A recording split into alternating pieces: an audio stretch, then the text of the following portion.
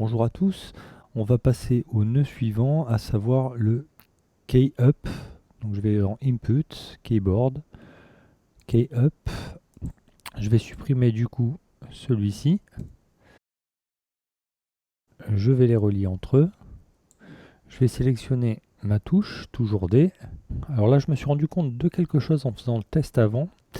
C'est que comparé aux autres versions de l'UpBGE, il semblerait qu'il n'y ait plus besoin de recompiler à chaque fois dès qu'on fait un changement. Parce que là, je n'ai pas recompilé. Et donc le comportement a changé par rapport au keydown. Alors est-ce que ça marche aussi quand on rajoute des nœuds dans l'arbre? Ça je sais pas, on verra par la suite. Mais je pense que c'est dû au fait que avant, quand on compilait, ça crée un fichier texte, un script en Python, qui était ajouté dans le Logic Brick Editor. C'est-à-dire qu'une fois qu'on avait compilé un autre objet dans le Logic Brick, ça rajoutait un actuateur always, je crois, et un contrôleur de type Python.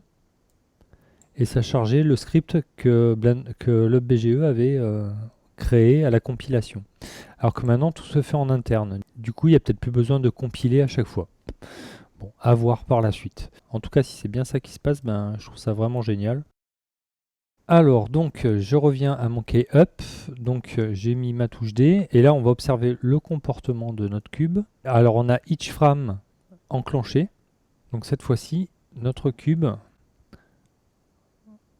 va avancer en continu et s'arrêtera uniquement quand on appuie sur la touche D. Et quand on relâche, il continuera sa course. Et la variante, c'est si je décoche each frame et que je me mets en once, ça va être l'inverse que pour le key down, pour sa variante.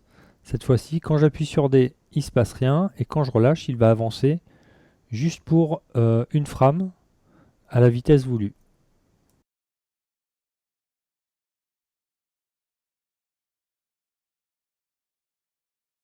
Voilà, c'est tout pour cette vidéo. Je vous dis à la prochaine. Bye bye.